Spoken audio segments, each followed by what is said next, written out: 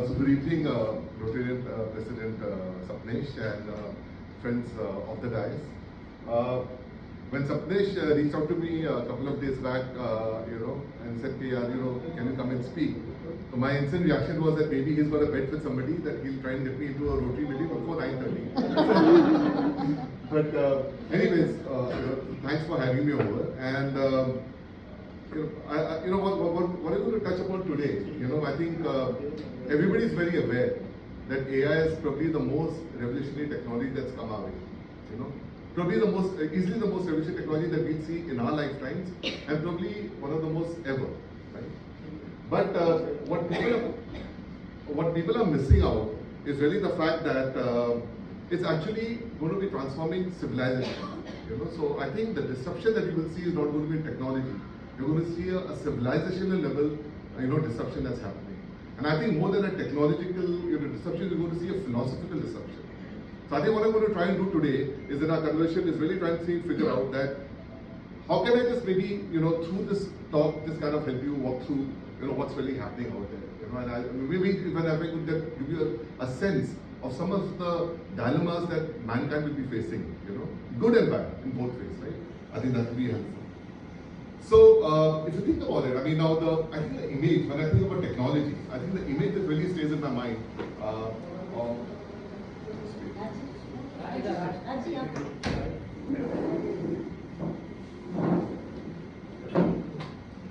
so I think the image that always comes to my mind, is that how did this all begin?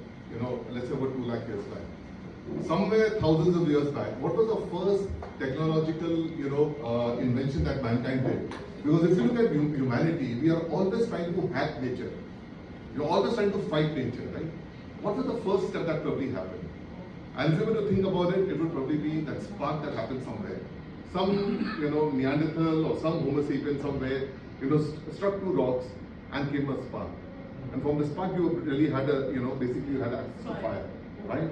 The fire happened, right, at some point. Now the question is that, with the advent of the fire, by taming the fire, everything started changing. If this hadn't happened, nothing else would have happened. Just think about it, right? If a man had not discovered how to create fire, nothing would have happened, right? The moment you had fire, you suddenly could tame nature. Okay, you could start thinking about security because most of the animals are scared of it. You could start thinking about warmth, protect yourself from the elemental, out there. And you could actually start building stuff. Eventually you had steam, you had, power and all that stuff that really came out from fire. Right? Now the main thing is to think about is that in the same way, every technology that comes in ends up impacting things at a very different level. But even if you look at fire, basically we think it's very easy. But just try basically lighting up 2 stones and try and get a fire going, right? I don't know if anyone have you watched this movie Castaway? Tom Hanks, right? So Tom Hanks gets marooned on an island because of an accident, and he's fighting the elements out there because he's alone on that island. Until one fine day, he's able to start the fire, right? And if you remember the scene, it's a very beautiful scene when he's so happy with himself. Here he's marooned thousands of miles away, but eventually when he could get the fire going, which took him a few days, say, oh, you know what, I have started the fire, right? That's how important fire is, right? And in the same way, if you think about it, every technology that's come in after that has impacted and transformed the way we live and think. So you have the fire, you have the wheel. This is the Johannes Gutenberg's printing press, which came somewhere in the 15th century. Edison came up with the light bulb somewhere around the 19th century. PC, AI in the 21st century, right? With each of them, there's been a major transformation that has happened, right? So if you think about it, what did light do? Light extended daylight. Light gave us security, right? It really allowed us to move forward, right? What did steam do? It gave us the steam engine. It gave us rise to the industrial revolution that happened eventually. And post that, the entire transformation of the terraformer has happened. People have left the villages, made a beeline to the urban cities for industrial revolution, right? That's the level of transformation that you've seen that's really been happening. PC and internet, the amount of productivity that PC has really unleashed. And then if you look at the internet, it just brought the world closer, right? And now what we're going to see with AI is we're again going to see a civilization level reset that's going to happen about the way we look at things, right? So, because it's not just going to change the way we do things. And that's the best part. And I think my talk is more philosophical rather than technological. So you don't have to worry about, it's not going to, it's not about how do we do things and what do we do. It's really going to question about who we are at a very fundamental level. Okay? And that's really what we're going to be talking about. But now when you talk about civilization, right? I mean, the question is, what is a civilization, right? I mean, what do you mean by civilization? I mean, we use the term very, very loosely in that sense, right? Now, I'm not a trained anthropologist or a historian, but when I look at the models of people like, for example, Henry Morgan or, Foucault or all those guys, they have some very interesting models about how to think about a civilization. Some of them have thought of civilization as an ability for message to spread across, content to spread across amongst people. Like diffusion of messaging is what a civilization is all about, right? Somebody's talked about a power structure. Somebody's talked about, in fact, we talk about in advertising, right? Medium is a message. So there's a person by the name of McLuhan who's actually talked about that. How civilization comes into place where you really are able to communicate across, right? What I've done, because none of them really were helping me, and what I did was I tried to think about how we can kind of reimagine civilization and how do we really see the impact of technology across all of that. So, what I've put together is something what I call is the civilization OS, the operating system for a civilization. At the kernel, at the center, obviously is an individual. An individual is obviously obsessed with self, with survival. He's obsessed about food, shelter, security, and so on and so forth, right? That's where really the civilization begins, right? But the next layer is something that's known as language and communication. That is a thing that started changing when you had civilization which evolved. And in fact, it's a known fact that to know how sophisticated a civilization is or was, try and understand how sophisticated the language was. It's not a surprise when you think that some of the most ancient civilizations on this planet, whether you look at India, China, Japan, have probably one of the most sophisticated languages. Tamil, again, it tells you that there's depth in that culture. There's something that's really happened, right? So this has become very important. And of course, we keep evolving. And in fact, nowadays, if you look at it, the language that we all speak is what is called as the meme language, right? Forwarding memes to each other. That's the evolution of language, what's really happening. Right? The third level is about the social structures. How do we think about things? How do we think about institutions? What is the thought about marriage? In some parts of the world, it's a very different relationship. In some parts of the world, it's very important. What do we think about, let's say, the institutions, the judiciary, and so on and so forth? The next one is really about power structures. Now that we are together, how do we really think about managing all of us, right? The civilization has to be managed, right? Is it democracy? Is it authoritarian? Is it like, dictatorship? Is it monarchy, right? And finally, probably the most important of all is what I call as the belief structures. As a civilization, what do we really fundamentally believe? Now, there are many civilizations which are all coalesced around, let's say, religion and philosophy. And it's very clear. Some of them will identify themselves, let's say, a Christian country. Some of them will say, let's say, we are a Buddhist, we are Islamic, and so on and so forth, right? But at a very fundamental level, it even goes beyond religion. It comes down to your belief systems, right? What is it that you believe in? I'll take an extreme example. Western world, if you think about it. Raj, you want to come here? Okay. Western world, if you think about it, right, tends to be extremely person dependent, right? People are very independent. There's a huge focus on, let's say, free speech, on liberty, right? The independence is extremely strong when it comes down, let's say, to the Western world. It's no surprise, therefore, that when you look at the US Constitution, after the Constitution was enshrined, the first amendment was right to liberty and free speech, right? The second amendment was the right to bear arms. Why? Because if the government takes away my speech and all, I should be able to fight back. Now, that has led to a different problem 250 years later that we have, but the fundamental, just look at the thought process. The independent, and that's how they think. I mean, they're very independent. The way they think, it's all about me first, and that's how the world is. There's nothing right or wrong, but you can see that how it starts cutting across. And then when you think about, let's say, Oriental, let's say civilization, like India, China, Japan, right? It's always about the larger good. It's always about the greater good. Our country is full of stories about sacrifices, and it's always about doing good for others, right? It's not about me, myself. I'm not the center of the universe, right? And which is why if you think about it, right? now if you start cutting that belief structure across, in the US, the parents don't take care of the children when it comes to education. Here, people will take a huge loan to do that, right? If you were to think about, let's say, walk into a museum, I think the most amazing part is you walk into a museum in the US, you'll see all people single, walking around because they've just come to see the museum. In India, it becomes a family outing, right? In that sense, right? So I'm saying that the belief structure drives everything. Now this is how it works. Now obviously the structure, the civilization OS or the civilization stack, like I like to call it, is not existing in isolation. I mean, there's obviously a tension around it, right? So what happened was, 4 billion years back, probably 3.5 billion years, the first organism happened on this planet. How it happened, whatever, was it an accident, was it divine, I don't know. But the first thing that came on this planet was the biological intelligence. Okay, and what do you mean by that, right? I mean, ultimately, it was we started off somewhere in the water, it moved to the shore, and eventually, let's say 2 lakh years back, 200,000 years back, we had humans, the Homo sapiens, the closest to us as an ancestry, right? But then, if you think about it, you now have a movement happening where somewhere around 10,000 years back, when you had the younger dryas period, the extreme cold, we had the ice age, a mini ice age that happened around 12,000 years back. Upon the melting of that ice, what you had was people started moving away from being hunter and gatherer towards becoming an agrarian run economy. And this happened across the planet for some reason.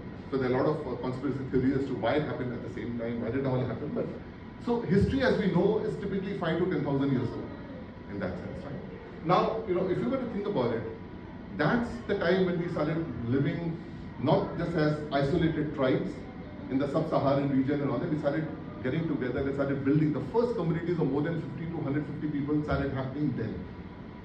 There is like they say, your inner circle will never be more than 50. That evolutionary wiring is still within us. That's just the way we are, right? And then of course you have the Facebook will have 2,000 people, right? But how many of them would you call a friend, right? In that sense. So that's how, if you think about it, is how really this thing has kind of evolved. And that cave, when you had people living together, tribes living together, people settling down, sharing stories, sharing myths, Itihas, Mahabharata, right? Stuff like that, right?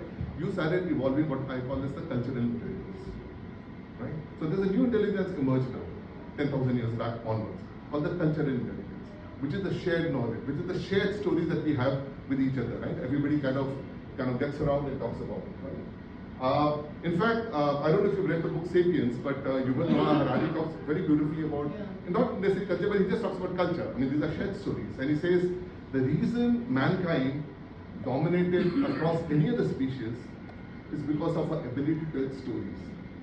Now, it seems that even animals tell stories to each other. They'll say, "Ye food udhar hai," the bees dance, and they tell story.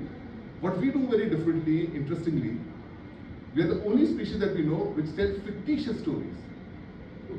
So it's about telling there's a food out here. So that's a story, right? But we say, oh, you know what? This whole universe came because one fine day Brahma woke up and this happened, right?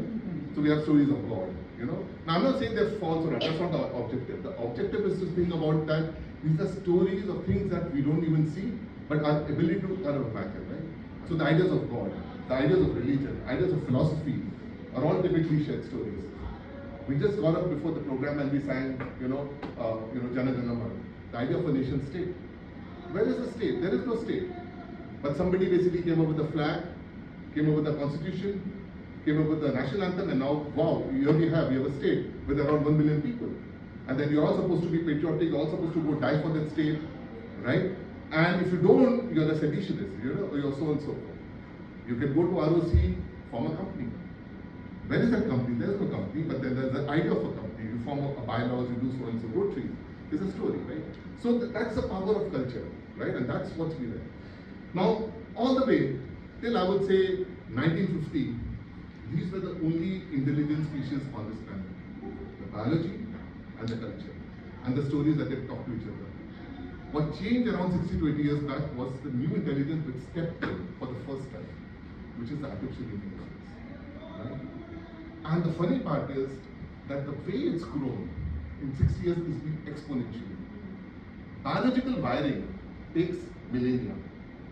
I mean, when we talk about, let's say, Darwin's, again, that's been a much you could say, discredited story. Maybe it's true, but you know, there's natural selection that happens when you are growing. Right? It takes time. It takes generations for the growth to happen. Culture is slow, but it's faster than biological change. AI is growing like this. And this dance is what I call the ABC of intelligence. For the first time in our life, we are faced with three intelligences which are playing with each other, right? Simultaneously, each influencing the other one. Sometimes the dance is very, very harmonious, often it's not. And then there is a disconnect, you know, there's pressure, right, in that sense. So that's really what, if you have to kind of think and imagine, is really what's happening out here, right? Now, somebody might just say, yeah, okay, but you know, how does AI even impact my life? I mean, it's okay. I use ChatGPT. I work a bit. I'm not techie. I don't need to go code. I mean, what's the big deal in that sense, right? Does it affect my life? You know what? And that's the beauty. Over the last 60 years, slowly AI, in the form of algorithm, in the form of data, has started getting embedded in our day-to-day life, and we don't even realize it, right? In fact, if you've seen the movie Matrix, right? The Matrix is all about the world is not what it seems to be. Until the protagonist, Neo, decides is offered the red and the blue pill, and he takes the red pill. And suddenly he realizes that this is not the real world, right? In fact, even in philosophy, there are a lot of interesting parallels between Matrix and, let's say, Vedanta. We talk about the empirical world and we talk about the ultimate world, right? Stuff like that. So very fascinating. But end of the day, what's happened is the cloak of algorithms has wrapped themselves around us, and we don't even realize it. You know, from the moment you get up in the morning, like you get up and you know, let's say it goes to a dating site, right? The person who comes there, sorry, I'm just, but the point is that you know, everything, you think that you're making the choices. You're not. Algorithm somewhere has decided that among the 400 million people who are out there, these are the 50 people that you should be seeing, or somebody should be seeing. Because they've already profiled you, they've already put a logic to you, to your behavior, they've actually taken down to that level, and then you see what you see, right? Try getting onto YouTube. Watch a video for, let's say, 10 minutes, and then try getting out of it before the next 20 minutes pass. The YouTube algorithm that sucks you in. It knows you, your preferences, more than you would ever know anything about yourself. You know, and it knows exactly what time of the day you like to watch what. If it's a daytime, you might probably do something, let's say, which is related to work, which is coding, but in the evening it'll show you something, let's say, on philosophy. On Saturday it'll show me something on salsa. It knows exactly how I think, how I operate, right? That's the invisible layer of the algorithm, which I don't even know I'm actually a servant to, in that sense, right? Look at, I mean, for example, apply for your loan.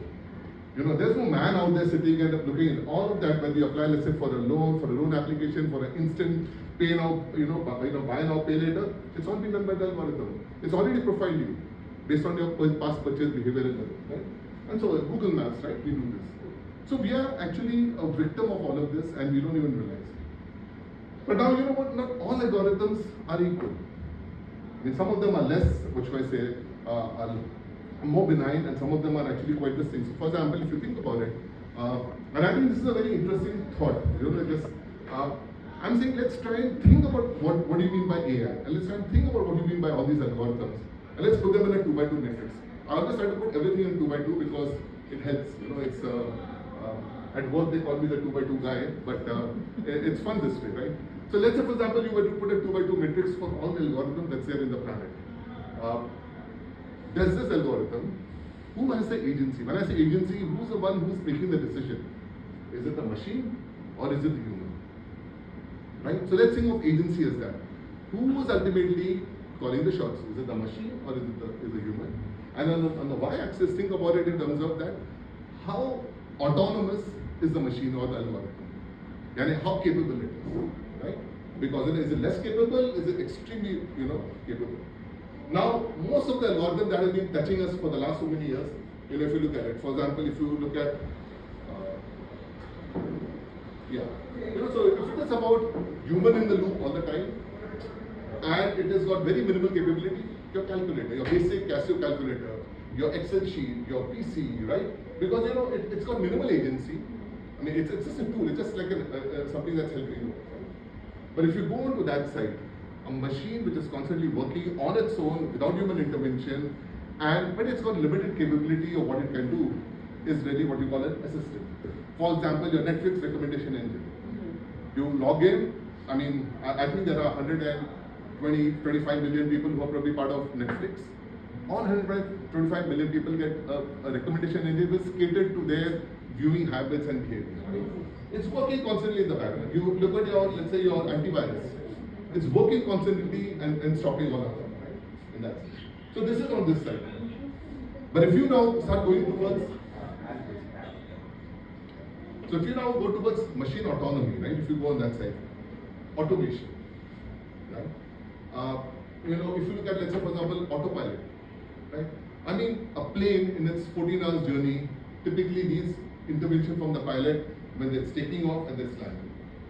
Most of the time, you know, for maybe around 30, 40 years now, the pilots can actually, after the plane is taken off, they can get out, go to the restroom, come and talk to you, they can hang out, they can have a beer, whatever they want, right? The plane is always flying out on autopilot. Now, such a critical technology, if you think about it, right? Because we don't even think about it. It's all happening automatically, yet there's a human in the loop. And which is why it's safe.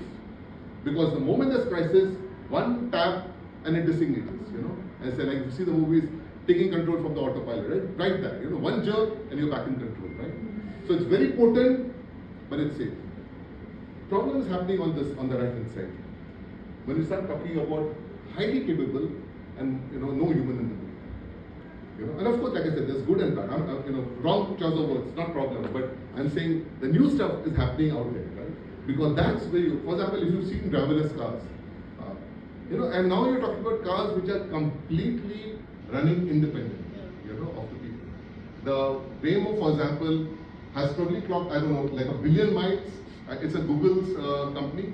And now they do rides, like if you go to San Francisco, around designated areas, Waymo run. You can hail a Waymo, it comes and shop. Let me just show you a quick video. And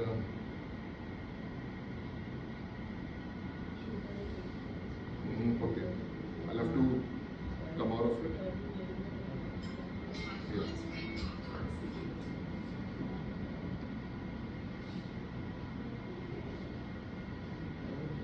Sorry, just give me a second to get it going. Yeah, so this is a video of a Waymo. Hey, where's the audio? Can we?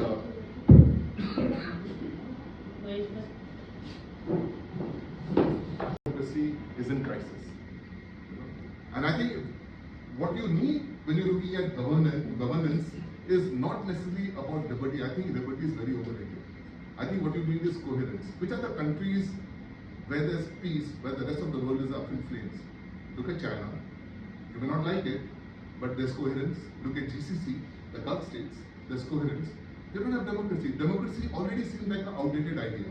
And it's getting more and more partisanized because of social media, right? Capitalism. You know, a lot of times we talk about capitalism as in a very negative way. We say, oh my God, the rich have become richer and the poor have become poorer, right? No, capitalism was not about distribution of wealth. The single objective of capitalism was about how do you allocate your resources. Because the state is a horrible allocator of resources. We've seen that, you know, when you look at the Soviet Union, when there was a command control, they decided which factories have to be set up, they decided which industries they have to get into. Soviet Union collapsed, China collapsed until the 80s and 90s. Look at us, BMC, right? BMC sitting with this budget, horrible utilization. But the moment you have, you know, private participation is when it takes off, right? But you know what? Capitalist law was about what? Managing the scarcity and deciding how do you allocate. How do you allocate resources when you have abundance? You know, we are going to be moving from a time where we had nothing, and you know, our whole purpose in life was bade ho, padhai karo, ye karo, out, and suddenly you're going to go into an era where there's abundance. What's going to happen to capitalism? You know? Whom are you going to tax? There are no people in the factories. Will there be a robo-tax? Will you start taxing the platforms? I don't know. I mean, I'm saying these are the things that we have to start thinking about when we start doubling down this. And you know what? This is happening faster than you and I even know. Let us spend a minute on education. Where did education come from? Education was for the privileged few, was usually for the Raja, you know, and you know the people out there who have to run the whole place. Rest of the people were doing OJT, on-job training, right? They kind of figure out how to kind of become a good carpenter or plumber or whatever it is you need to do, right? But the problem with education is that then of course in the medieval century it became all about preserving your belief systems. Like how, the whole idea about having, let's say, the Islamic schools, the philosophy of religion being spread out. But the way we think of education now, 10 plus 2 plus 3 plus 2, came with the advent of the Industrial Revolution. Because what they wanted was employment for people at scale. Now look at the similarity. I mean, what happens when the shift starts at work? The alarm goes up, right? What happens when the school starts? Ding, ding, ding, ding, ding, ding, right? What happens in the lunch break? Ding, ding, ding. It's nothing but a copy-paste of the Industrial Revolution which came under education. When you finish a good, what do? You do QC. When you finish your course, what do? You take exams, right? So the whole idea was about how do they generate people at scale who can get into the jobs and do stuff like that. Now, when you have machines and algorithms taking over, what are you going to get educated for? What's going to be the drive? And you know what? This is a question that anybody who's got a kid right now should be start worrying about. That what is it that's going to be relevant as a degree 5-10 years from now? If somebody had asked me 3-4 years back, what should I do so that I don't get overcome, let's say, by the algorithms, I would say do a right brain job. Because all the left brain jobs of an analyst, of let's say, of planning, all of them were taken over by algorithm. They do a better job of handling your portfolio, for example. So it was all about doing the right brain job, which are the creative jobs. And then 2 years back, ChatGPT happened, generative AI happened, and all the right brain jobs were also gone. So we are really, if you think about it, standing at a vacuum. And we can obviously talk about all of this on and on and on, and I know we can, but this is a very, very civilizational level dilemma. You're going to question whether you need democracy, whether capitalism will survive, because capitalism became so good that now you're going to have socialism. Because the universal basic income is nothing but socialism, in that sense, right? Warfare, we saw the drone warfare that's been happening in Ukraine, in India, Pakistan, and so on and so forth. So I think the question I just wanted to kind of leave behind, is we've been asking this question that what's the impact of this technology in the age of humans? I think we've been asking the wrong question. And which is why I said that this is a very, very philosophical conversation on technology. I think the question really should be, what does it mean to be human in the age of AI? What does it mean to be human? I mean, if everything about life was about getting up and struggling to get more educated, to get more equipped, to be able to make an impact in life, what am I going to do 5-10 years from now? What does it mean to be human in the age of AI? And that age of AI is upon us. Robots, they're predicting there will be between 300 million to 1.8 billion robots by 2035. So it's right around the corner. People like, when Elon Musk can all decide that they want to go down and they want to make a machine, a butler, assistant available at $25,000, it shall be done. You may not like it, it shall be done. And that's what's really happening. So the question to ask is, what does it mean to be human in the age of AI? And if I were to just follow that up with a few questions, with your permission, can I just take 2 minutes more? The first one, if machines can think, create and work, what remains the art?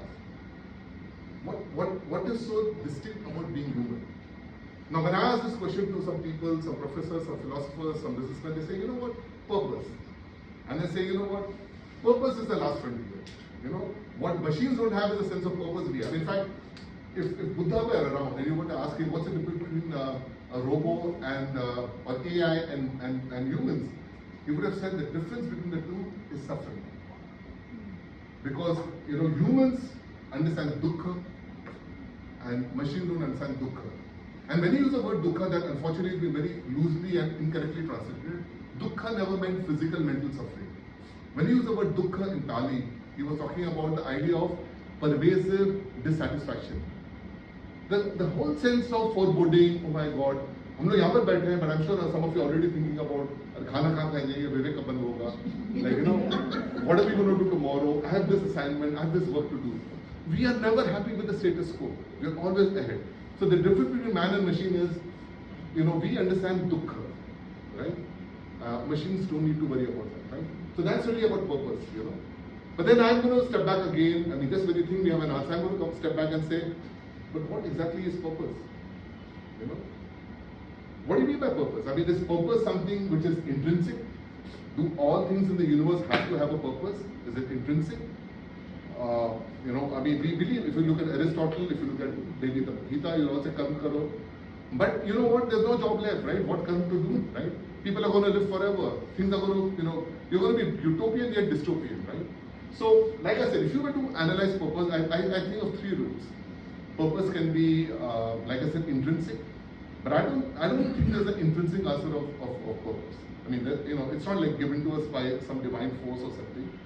So, is purpose more about system theory? That means heart, for example. What's the purpose of heart? To keep beating as long as it's in the human body. Outside of the human body, it's got no purpose. The security guard, huge purpose. Outside of the colony, no purpose, right? So in the context, we all create our own little sense of purpose. Is that going to happen? Or the third, will purpose emerge? Will we think about life and philosophy in a different way to kind of create a sense of purpose for us? So this is where we are lost at. If machines become powerful, who teaches them right from wrong? Now it's again very easy to say, just about coding, okay, let me pose this to you. If there's a driverless car, and this driverless car is going to, let's say, knows it's going to get into an accident, right? Because it's so smart. What should it do? Should it protect the passenger, or should it protect the pedestrian who's on the road? Right? That's an ethical dilemma, right? And somebody might say, "Yaar, wo bichare pedestrian ne kya kiya hai? Kill the passenger." It's okay, I'll kill the passenger. But what if there's the children, or what if the passenger is actually a pregnant woman? Then are you going to kill the pregnant woman, or are you going to kill the person? Okay, you know what? Fine, protect her. No, but what if the children playing out there? So how do you decide? So ethics seems very easy, good, bad. It's the most complicated subject in philosophy because there's nothing known as absolute right or wrong. It depends upon how. In fact, the very idea of ethics is: are you looking at ethics from a consequence point of view? Do you focus on outcomes, or what we call it deontological? You just believe in a set of codes. The best part is, if you were to pose this question in America, or even if they don't tell you, when they're doing the programming in America, again I'm using it loosely, the most important person is the person who brings economic value. So a 25 to 55-year-old, 45-year-old man should be preserved. The old man can go, the kid, okay, he's not even started well. Come to Orient culture. In India, China, Japan, what do you say? Protect the women, protect the children, protect the old people, you can go, right? So again, if you see, there's no absolute terms of ethical, right or wrong. It is constantly changing. Whose ethics are we going to be following? As the Tesla start coming out, what's going to happen? This can expand this to a nuclear bomb, expand this to other, questions, right? So on and so forth. Can AI experience? So in one of the articles I have written, this parable saying that a man walked into a beautiful shop, a small shop's a clock watch. And he actually asked this guy that, tell me about that. There's some beautiful watches lined up there. And he said, what's the uniqueness about this watch? He said, you know what, this loses time only 1 second every 10 years. He said, wow, that's beautiful. That's why you're charging so much. He said, yes. And he said, okay, tell me, can this clock experience time? And the man thinks, he said, actually, all it can do is measure time. Measurement of time and experience in time are two separate things. Humans experience things. Machines don't. We are in a lived world. We are going through it, and we are kind of, I wish Guneet was around. What we talk about, this is subjectively, we call it the qualia. Like for example, when I'm looking at, let's say, Savita's blue sari, I don't even know whether the blue in a sari is the same as the blue, the way you look at it. It's a very subjective experience. I just assume, You don't have that when you start thinking about AI, right? So the experience is the problem. And so the last question is, can AI ever become conscious? And I'll tell you, I'll give you the answer, but do you have a definition? Tell me, what do you mean by consciousness? If you have a definition for consciousness, and because you know what, you talk to a few people, everybody has their own definition. You talk to a Western philosopher, he'll say, consciousness is like he'll say it's like the guys, it's like the soul in the being, right? It's a soul in the being, which is what consciousness is. You talk to a Vedantic scholar, he'll say it's the Atman which will merge with the Brahman, right? Talk to Buddha and say consciousness is just a sense of awareness. He never had an idea of a lofty idea of a soul or a consciousness. Consciousness is just a sense of awareness. You've got 6 consciousness to perceive the world outside, and that's it. Now, who are you going to believe? In fact, Yuval Noah Harari has a very interesting idea. He said consciousness is a social construct. Okay, it's a social construct. He said, look, I know I'm conscious, because I know I'm conscious. I look at people like you look like me, and I ask you, are you conscious? And she said, yes. And I said, I accept you, like, in that sense, right? It's a social construct, right? All of us who have pets will think that the dog and the cat is conscious, right? But you know what? We'll never think that when you're eating pork, that even the pig was conscious. Yeah? But actually the pig is infinitely smarter than a dog, right? And I think this is what it is at. So I'm sorry, I know I've extended beyond, but just to kind of end this, I think the question is, where did we all begin? At the fire, with the spark. And I think the funny part is, we've come full circle, but now we are two minds setting the same fire, wondering what it means to be alive. Yeah. Thank you.